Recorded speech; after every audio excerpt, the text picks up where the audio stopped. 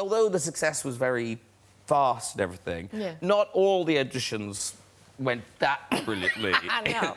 in the beginning. Do you know the one I'm talking about? No. Well, maybe it did go so brilliantly. many. The one with Dino De Laurentiis. Oh, auditioning, yes, Yeah, yeah. yes. Well, that was for King Kong. Not for the King. girl. Yeah, for the girl. I mean, she's very good. Now I can play the other one. Now I got that down. But, yeah, that was Dino De Laurentiis Sr. And his son had seen me in a play. And so I went up to the top of the Gulf and Western building, like the 33rd floor, and he had this amazing office that looked all over Manhattan, and he was back there. And I walked in, and his son was sitting there, very excited that he'd brought in this new actress. And the father said to his son, in Italian, because I understand Italian, he said, "Che brutta." You know, why do you bring me this ugly thing? Whoa. Yeah, very sobering, you know, as a young girl. So I said to him, "Mi dispiace molto, you know, but I understand what you're saying. I'm sorry I'm not beautiful enough to be in King Kong."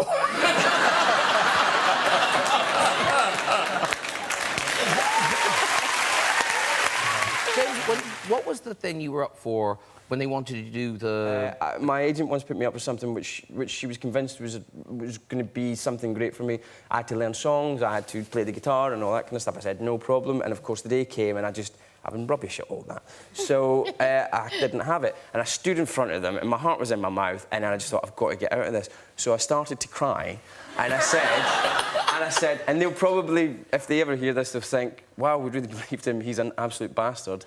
I made myself cry and I went, I'm really sorry. I've just had a phone call from my mate, he's been knocked down, he's in the hospital and I'm going to need to... and I'm going to need to go and I'm really... I'm sorry, I'm going to need... Oh, do you want me to play? Agent! And they were like, no, you must go, you must run, you must go. And, yeah, so I'm sorry about that. So you should be. You know what show you are. You are fabulous as Loki, absolutely you. brilliant. But Yes. apparently you originally auditioned... No offence is meant by my incredulity here. That's right. But you originally auditioned for Thor. Yep. Did you encourage him to do that, Ken?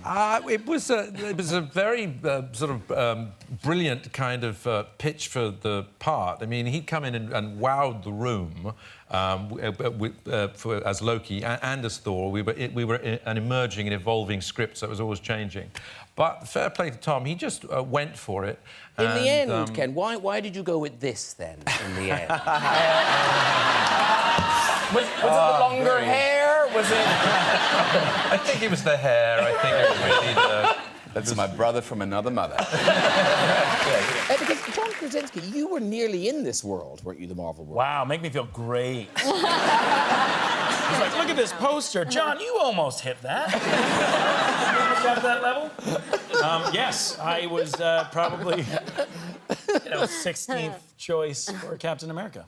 But you were in the costume and everything. I mean, you got pretty close. Yeah, I got to the suit. It was a pretty big day for me. I was nerding out completely. And I got to say, for a split second there, I was feeling really good about myself. This guy comes up and they give you the suit. You get it. They give you the suit, and I was actually putting the suit on, and I was like, oh, my God, this is so amazing. And through the hallway came Chris Hemsworth dressed as Thor, and he was like, you all right, mate? And I went, no, I'm not.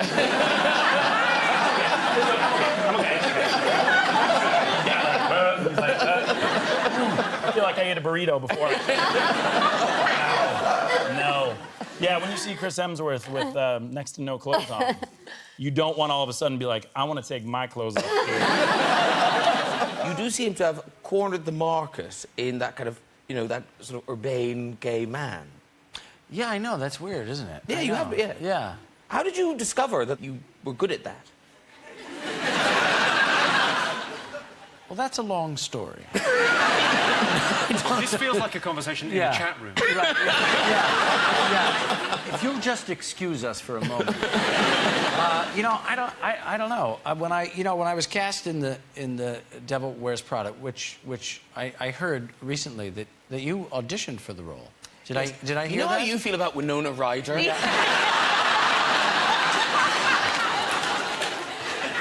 you audition for that part? Yes, I did. I put the work in. But I spent my life preparing. I know. I think I had more chance of getting her role. But just so you know, I was probably the last actor in Christendom that they went to. They were shooting the movie already. They had tried to cast everyone and anyone except me. And in the end... But you're not making it better, Right. Sandy. I'm trying to make it better. I'm trying to make it better. Street had been offered the role.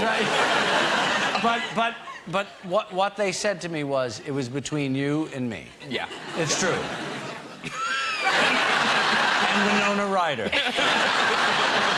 Actors often talk about the pressures of auditions, you know, and everyone's been there.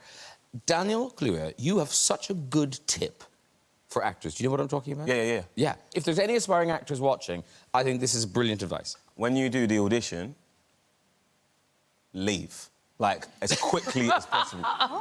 Just, like, don't try and small talk. Don't try and do, like, oh, yeah, try and schmooze him. No. Just do your thing and then leave. Just run out the door. I don't even say bye. Yeah, don't say bye. Maybe say bye. No, but the thing is, one time I did that and I didn't realise I had another scene. And it came out, I was down the door like, Daniel. I was like, what? Yeah, no, come, yeah, I can act. Is another tip not to put accents on your CV? Yeah, man. Yeah. I've lied a lot. Yes. You got busted once, didn't you? I've got busted twice. Oh. What do you mean? Basically, yeah. Like you walked into Because what is, you got Spotlight. You know Spotlight? You know what Spotlight It's an actor's directory kind of thing. Oh, basically, sorry, you yes. have to Yeah, you have to put your CV on there. Yeah. And obviously, I want a job, so I put all the accents. It's like, Yeah. I can do anything. Like, Yeah. I'm me. You know what I'm saying? Like, give me a couple of times on me. And then, so I was doing a scene. It was actually going really well. The audition's going really well, doing this, that, and the other. And then they were like, so Daniel, it says you can do Scottish. Like, basically, you can put, like, you put asterisks and it's, like, highly skilled. So I put asterisks on all of them, yeah? So you can do Scottish. I'm like, yeah.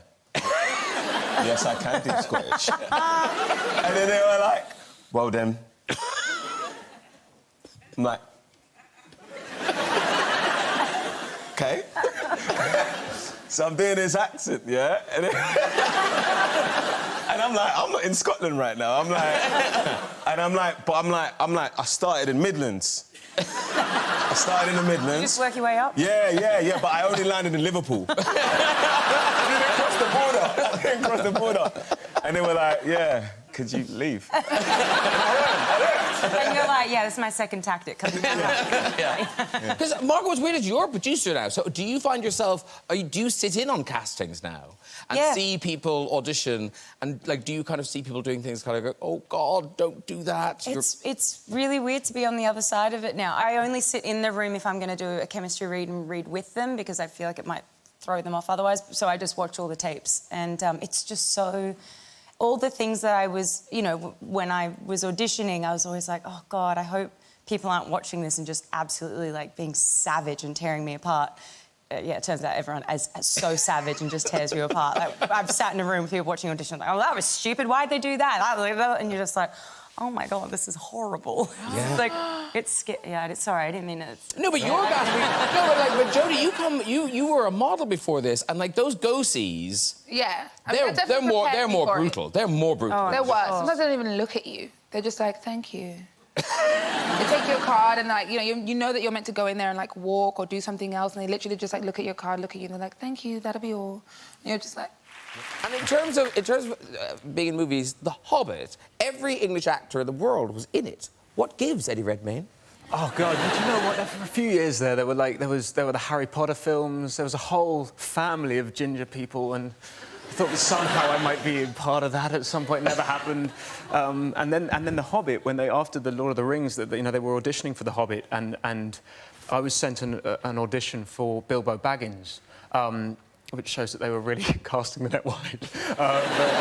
And I went to this audition, and I'd been really rigorous about it, and didn't want to, just do my usual boring thing. And so I went on YouTube, and I found Ian Holm, who had played it in Lord of the Rings, and I tried to copy his character, and I arrived there, and the casting director put on the camcorder, and I started reading the scene. My name is Bilbo Baggins. I thought it was being brave, like being bold. And before the word Baggins would come out of my mouth, she said, no, own voice. Own voice. I never got a call back. I think that's good to tell that story, because you always hear these famous stories about like Elijah Wood dressing up as a hobbit and filming himself out, on the moors somewhere. Oh, really? Yeah, to get that part. And you always hear about these. You always hear the stories of the actor being brave and really doing something kind of mad to get a part, and you're like, I'm gonna do that. But they never tell you the stories about the actors who did something mad, and they're like, what's the fun? Then that's you. Because Liam Neeson, presumably you don't audition for anything now. Never, darling. No. But in the past, in your youth, you did. Was it The Princess Bride, where you were called in? Oh, yeah. To be a giant? Yeah, and Rob Reiner, the director, whom I'm dying to meet someday, because I will pull him to task on this. This very sweet casting directress, I forget her name, lovely lady. She got me in to meet Rob Reiner for The Princess Bride for the Giant. And I cycled in from Putney and locked up my bike and got in, and, how do you do? Take 3 deep breaths and you walk in, and Rob Reiner said, I asked for a giant. What are you? I said, 6'4", That was it. There's no hello, how are you? Thanks for coming. Meryl. You will find him. Weirdly, Taylor and Eddie, you have worked together. We have. Oh, wow, yeah. It was a decade ago. I once died in his arms in a screen test for Les Mis. Oh, wow. I did not know this. Yeah, I did not know this. There's a lot that people don't know about this story. Basically, I was auditioning for 2 roles in Les Mis, and I'd done a few auditions and gone to New York and whatever, and I think it had been established that I had more of a look of Cosette, but I had the range vocally of Eponine. So it was established that, I was there for a good time, not a long time. I wasn't gonna get this role. But they were like, do you want to come to London for one last screen test, and you'll get to screen test with Eddie Redmayne? I'm like, this seems like an experience I want to have in my life. You're like one of my favorite actors. You're so ridiculously talented. And I was like, so yeah, I'll go to London. Yes, indeed. So I get there, and they're like, okay, so we really want to make you look like Eponine. We're gonna try to do it's she wasn't loaded. She had brown teeth. She didn't have a lot of money, so. A 19th century street urchin. Yeah, exactly. I'm trying to say it in a way that makes sense, but. She didn't floss. Exactly. So they were like, we're actually gonna paint your teeth brown for this. And I'm like, so you're gonna do that after I meet Eddie Redmayne, right? That's not something you do before. I get to meet people and then you do the brown teeth. They're like, no, it's this is just everybody's gonna meet you with the brown teeth, and we're gonna do big circles under your eyes, like you're near death. And I was like, this has immediately become a nightmare for me. And so then I had, you were so nice, but I think when I met you, I was like, it's so nice for me. What was hilarious? As you walked in as a 19th century French street urchin. And I was not expecting that, but my overwhelming memory of it, Taylor, was I'd just been to Pizza Express beforehand, and I'd had some garlic dough balls. Oh, no. I thought we were going to be singing opposite each other, but they had us. Also, it was so weird, because Taylor was dressed fully as Eponine, and I was, in my tracksuit. And they had us on the floor, singing Sweet Nothings into each other. and all I knew is I just had garlic bread. And I had brown teeth. So we're just It was one of these. It was like trying to show emotion, But you're whilst at the same time not to weeping. punish you. You were weeping, and I just thought it was because of how I looked. I felt so bad. You're like, I have to be close to her right now. This is, yeah. Oh, this was not the method, no? It's nice to hear we were both struggling in that moment. Exactly. It was a beautiful audition.